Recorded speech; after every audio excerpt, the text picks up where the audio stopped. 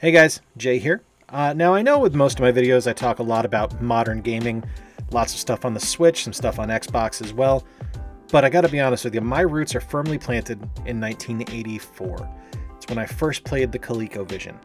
I actually just commented recently on John Hancock's latest video that some of my fondest memories as a kid are discovering some of my favorite all-time games like Popeye, Smurf Paint and Play Workshop, and Mousetrap.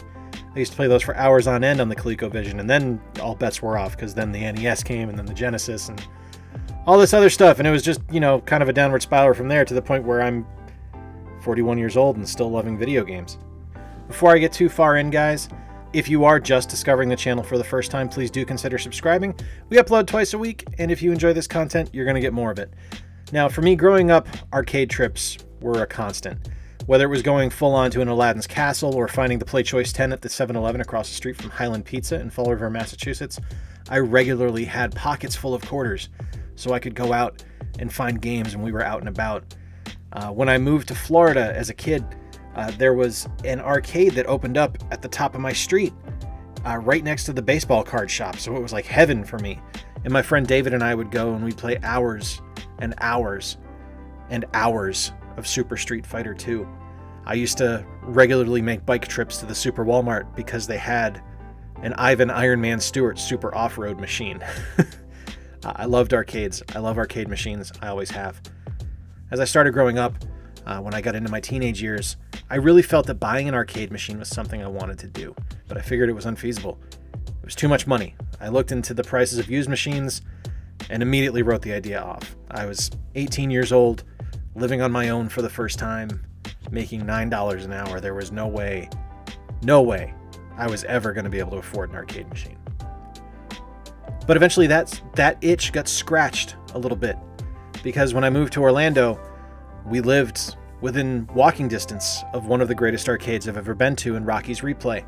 Everything from vintage machines to pinball titles as far as the eye could see to gigantic racing setups and huge Time Crisis 2 machines where you could just play light gun games. Rocky's was and always will be the gold standard of what an arcade should be. Eventually, as I got older and got married, I started looking into building my own machine. But while I can work a saw and I know enough about electronics to be dangerous, it was outside my ability to build one.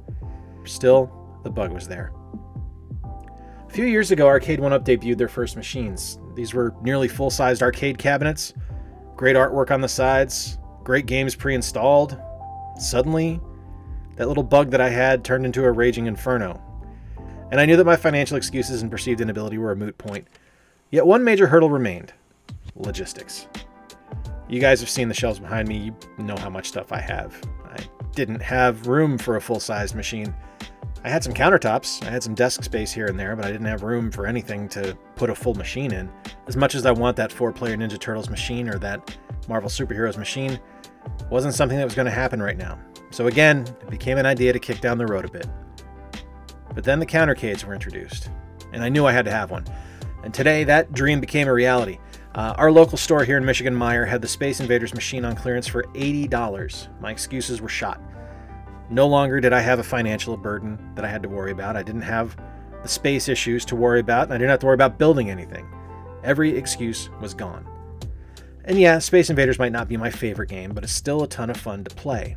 And being able to play it with a joystick on the vertical display makes it even more fun. It's arcade realistic. Cabinet has 2 versions of Space Invaders pre-installed, the original black and white release as well as Space Invaders in color. And the game is exactly what you remember it to be. Dodge the space paranoids, shoot the invaders, and score some points. It's as simple as it gets. Style points for hitting the UFO that flies across, and it's always a blast to play. Now, that's all well and good, but that's not the reason for the video. Yeah, having Space Invaders is great, and it'll remain Space Invaders for a while the planning starts. And the planning has started. See, with this machine here, I've got a great set of bones now to be able to mod it to play different games. I want to mod the control box to have a fully toggle joystick rather than just a left and right. I want to add some more buttons. Basically, this is an opportunity. This is my chance to make something new. This is my chance to make my dream arcade machine, and I'm going to take that chance. I'm going to screw up, and I'm going to make a lot of mistakes, but luckily I know a lot of people now that are kind of experts at this, and they're willing to help out, and I look forward to it. Now, I know this wasn't the most exciting video in the world. I guess watching Space Invaders probably isn't going to drive the view numbers up, but that's okay. And I appreciate you guys watching. We got a video later this week that we're going to be looking at some of my favorite Game Boy Advance games. That was originally going to debut tonight. Everything's filmed and shot and ready to go. But I got an arcade machine, guys. That's going to supersede the Game Boy Advance for a couple of days. But that is going to do it for tonight. If you enjoyed the video, do consider giving it a thumbs up.